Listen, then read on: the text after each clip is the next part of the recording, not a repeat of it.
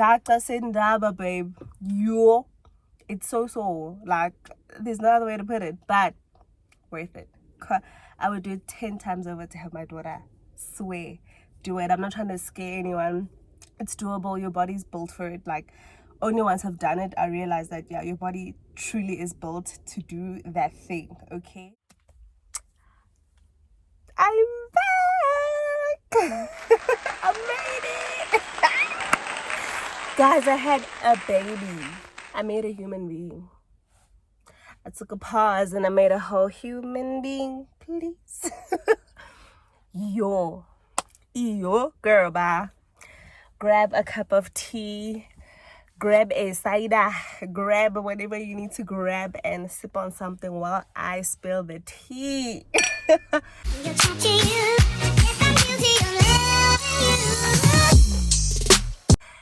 Yo, okay guys, so I'm Erica Mashilwane for those of you that do not know me.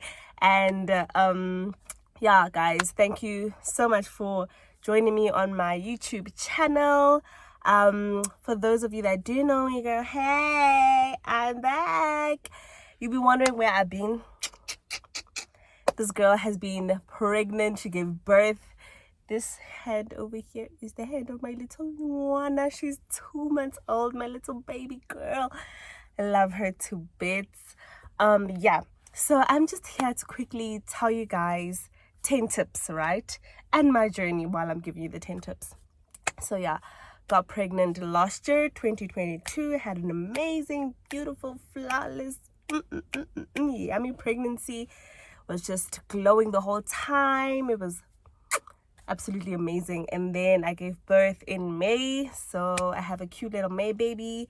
And then now I'm just dealing with the recap, getting your body back, breastfeeding, A, B, C, D, E, F, G. So yeah, so tip number 1, girl, bye. Giving birth, first of all, it's painful. It's painful. I gave birth naturally. Skaka Sindaba, babe. Yo. It's so, like, there's no other way to put it, but worth it. I would do it 10 times over to have my daughter. Swear. Do it. I'm not trying to scare anyone. It's doable. Your body's built for it. Like, only once I've done it, I realized that, yeah, your body truly is built to do that thing, okay? So, yeah, no, eat well while you're pregnant, okay? Eat your pumpkin, eat your spinach. Just eat very well to have a very healthy baby. So that is like top tier. I really did that. But post baby, so guys, when I gave birth, like, I think, I don't know, hours after, they're like, okay, put her on your boob and nurse her. Nothing was coming out, my sister. Was nothing not coming out. You my baby was just looking at me, and she was such a sweet baby. She was looking at me like, Mom, please don't blame me, there's nothing coming out here. I'm trying to squeeze, the nurses are trying to squeeze. I'm telling you, nothing but 2 days. And I was just so sad, you know. It really makes you sad, like, you know, like, what kind of a mother am I? Why can I not breastfeed? But luckily, I had these tablets that the hospital, I think they recommended, they prescribed. So I bought them, I think, at my clicks or something, or Discam, and I drank those. My breast milk came in on like day 3 or something. I could start feeding my baby. Yeah, that was amazing. The bonding with her is just so nice. So before, like, because what was my baby eating for like the first 2 days? The hospital gave me the milk, like Bomayo formula milk. So at least she was eating that, she was drinking that, she was okay. Then once my breast milk came in, then we could at least start to feed her that. Yeah, you get exhausted. So first of all, funny story. Look, I went to the best hospital you could ever find, okay? My hospital was amazing. My doctor was amazing. The nurses were amazing.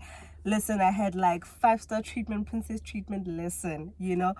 But because I've always heard stories about how, like, people will swap out your baby or, like, take your baby or what. I gave birth, like, on a Friday in the morning, ne? Friday night, I'm supposed to sleep overnight in the hospital and leave on the Saturday. So on that Friday night, go back. I'm sorry. On that Friday night when I slept, nah, I was wearing a gown, nah, and I literally tied, like, you know, the rope that you tie your gown with, like, I tied it around, because the babies have this little, like, cot thing, nah, like, that they sleep in, you know, like, they trolley them around in those little cot things, and they had placed my baby next to me and next to my bed. So, like, literally, we're the only ones in the room, but I, like, literally, like, tied my little gown rope onto that little trolley thing, so that if I'm sleeping in the middle of the night and anyone, like, tries to pull this trolley thing, I'm gonna wake up, because it's gonna be, like, attached to the gown that I'm sleeping with, because it was, like, cold and stuff, you know, you just gave birth and whatever, it is winter, it was cold, you know. Babe, so I did that in the midst of all the private hospitalization. You know, nobody saw me, you know. When I woke up in the morning, I untied it and everything. Nobody saw, but still, like, that is just what being a mom does to you. Like, someone told me that when a baby is born, a mother is born. The truth. The truth. The screws in your brain just switch. Like, you're just so overprotective. Like, I remember even when her dad would, like, be with her, you know, when would be with us in the hospital, I'd be like, baby, is she okay? Like, is she moving? Like, is she fine? Check on her 24/7, check on her. And the dad would be like, she's fine, baby, it's fine, just nap. I'm like, okay. Then I'm, like, staring at them for, like, hours. I slept for 2 hours. On that Friday night, slept for 2 hours. Woke up, yeah, and then I was up. I'm like, I'm gonna be up until visitors come see me on Saturday and come pick me up later. Like, trust me, the anxiety of just being a new mom is crazy. It's crazy, but it's lovely. Okay, so tip number 1 I gave you guys was, I don't even know where I am, child, but tip number 2 probably, okay, sleep when she sleeps. Number 1, sleep when she sleeps. Number 2, breast milk. Okay, breast milk, if you do struggle to breastfeed and your milk is not coming out and you don't maybe get the tablets, drink lots of tea. So when I got home from the hospital, my grandmother was there, my mother was there, my aunts, my, like, sisters, everyone was just there. So my grandmother was just like, tea every 2 hours. Do you want some tea? I have to say yes every single time. Yes, please. Do you want some tea? Yes, please. After every meal, before every meal, between every meal, between your life, you and your life, tea, tea. Like, listen, rooibos with milk, 5 roses with milk, Joko with milk, whatever you're drinking with milk, just tea it up. Warm tea. Don't even wait for it to settle down. It must be hot, warm tea, so that you keep your breast production milk thing going, okay? Yeah, hectic. Okay, and then what else? Sleep when she sleeps. Yeah, sleep when she sleeps. Tea. What else? Okay, so I think plan your things. Be ready so you don't have to get ready. So while she's sleeping, if you're not sleeping, you are, like, getting things ready. You're getting ready for when she's gonna wake up, and you're preparing the bathing things, and you're preparing you're preparing yourself, you're bathing, you're taking time for self-care, because that goes out the window. You're so exhausted, you're so drained, you're in awe of the little baby. You can literally watch her the whole day, that you land up with a hair, like, frizzy hair, and, like, just, like, you're not there, you know. So have time to doll up. Yeah, I dolled up right now because I took my baby to just a nice doctor's visit, just to make sure she's fine, she's good, you know. So yeah, I'm just waiting for someone who brought us here to the doctor. So that's why I've got short amount of time to kind of talk to you guys. Really gets to happen because I'm always on the go. Okay, your nails, those acrylics off, ma'am. Everything off, ma'am. Nails short, cut short so that no dirt can be under your nails, so that you can see that you're not, like, putting bacteria in your baby's mouth and the whole situation. So nails have to be bare. If you were a slaying girl like I used to be, that goes out the window for a minute. Okay, so just be on your bare nails. If you do want to maybe doll up, put some nail polish, so it's easy to put on and wipe off. And then, okay, I am in beauty school, so I'm just going to tell you all what to do if you are going to be putting on nail polish. I know it's not the popular opinion right now, but in beauty school, they are teaching me this. So you put on a clear base coat, right? Base coat. Make sure it says base coat. You put on 1 layer of base coat. You put on 2 layers of the color, ne? And then you put on 1 layer of top coat. That helps you, the base coat helps you smooth out like those little bumps that you have in your, on your fingernails. I mean your nail bed, your nail plate, your nails, yeah. And then the color, coat number 1, coat number 2, so the color shows strongly, and then coat number 3 to avoid chipping. Perfect. And then also, nobody likes a girl with chipped nails, so remove that thing after like a day or 2. When you see that one is chipped, remove it with some acetone or nail polish remover, something. Nobody likes a girl with chipped nails, child. Not cute. Okay, so I suggest that you do putting on your nail polish on the day you go into the thing. Like, don't put it on and then think tomorrow you're going to be fine. You're probably going to have a chipped nail because you're probably going to be putting your hands in water 24/7. Don't do that, okay? So yeah, baby showers help. Like, I have not really bought a thing. Like, my baby shower bought me all her blankets, her clothes, her this, her bags, her baby bottles, her this, her that. Like, you literally only get those few things that you missed out on. Like, I got incredible, like, those dustbins that like trap the smell when you throw away your nappies, like, you know. So that also really helps. Getting that bin is like top tier. My one, I had 2, but I use the Kaale one. It works the best, and the type of plastic that is inside gives you, it's just like longer or something. It just gives you the most effective plastic usage, because you throw away the diapers when it gets full. You like open it at the bottom and you like cut off the top of that plastic and you tie it up, and then you tie the bottom of that fresh plastic that's still in that Kaale bin, and then you can just reuse, like keep pulling out more and more and more of that plastic. It's like endless. It's like that Kaale bin, babe. Do that, buy that. If you don't get it at your shower, if you don't have a shower, get that bin. It's like, I love it. One thing I want to show you guys, these little travel disposable nappy bags, on the go things. These really help. Like, let's say right now I need to change her diaper. It makes it so easy because I can just, like, let's say there's no bin around us, I can just take one of these little plastics and throw her little nappy inside, whether it's number 1 or number 2. At least I know it won't smell. Something like this. It's a disinfectant, antibacterial with odor neutralizer. This really helps. It smells very nice, actually. So get these if you're on the go, especially for days like this, like you went for a doctor's checkup, or you add a more, even as she grows up, and you know, because right now she's 2 months old, so we're not really taking her out yet until she's 3 months old. Then she can start coming to lunch with the girls and stuff, and then stuff like this will be super important, because sometimes you need to change your baby on the go, and you just don't want the like nappy to be like smelling and like leaving diapers that are not it, you know. So yeah, what else, especially if you're still with the father of your child, if you're married, or if you're with the father of your child or whatever, have time for you guys as a couple. Babies, you know, love them, support them, be with them, take care of them, but still make time to be in love with your boo. I try my best to do that. Like, absolutely love my baby's father, my man, the father of my child. I love him too much. We're together for 6 years.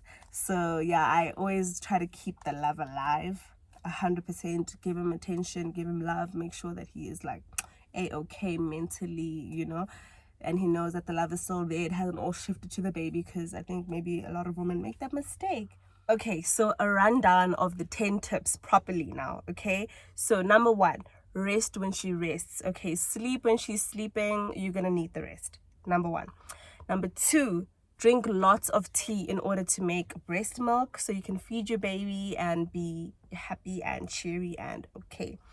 Number 3, eat porridge and oats. Okay, so every morning you can alternate. You can have porridge one day, oats one day, porridge one day, oats one day.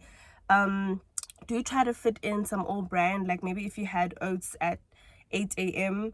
by at least 11 a.m. you can have like some all brand flakes so that you have some fiber, because believe it or not, everything that you eat transfers to the baby. So you do want to have some fiber in your system to keep you regulated, to keep the baby regulated, okay?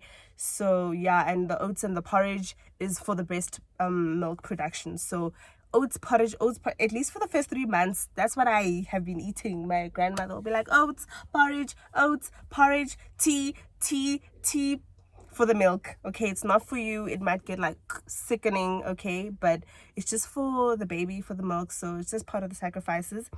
That was number 3. Number 4, your salt baths and steaming. Okay, so this is after you've given birth. My nurses did tell me, my matron, the nurses at the my midwife at the hospital did give me this advice after giving birth, naturally especially. You do salt baths and salt sit-ins, right? So for the salt bath, it's your normal bath, but you're not putting your Savlons and different things. All you're doing is putting coarse salt, grof salt, that thick salt that you put in the shaker that you'll have to like crush. Yeah, the thick coarse salt. You put in a lot of coarse salt into your baths. That's how you'll be bathing for a while. I can say at least a month minimum. You can extend it for as long as you want, from 1 month, 2 months to 3 months. But especially in the first month, you're putting in a lot of coarse salt in your baths and you bathing with that. And you're doing steam sit-ins, sit-downs, right? So you can take let's say a bucket, right, that you can sit on. So you pour boiling water in the bucket and you put in lots of coarse salt again, and then you sit. Sorry guys, hello pumpkin, she's just dreaming, active sleeping or whatnot, right? So you sit on that steaming steaming bucket now, that bucket with steaming water, with hot water, and the steam is rising to your coochie, right? And it's got a whole lot of coarse salt. The healing, your coochie will be nice and tight, girl. Bye. Nobody will ever know you had a baby, okay? My midwife just gave me the best tips, and girl, bye, they work. You know, I would not be here selling you dreams and false information and telling you things that are unnecessary or didn't work for me. That the bath salt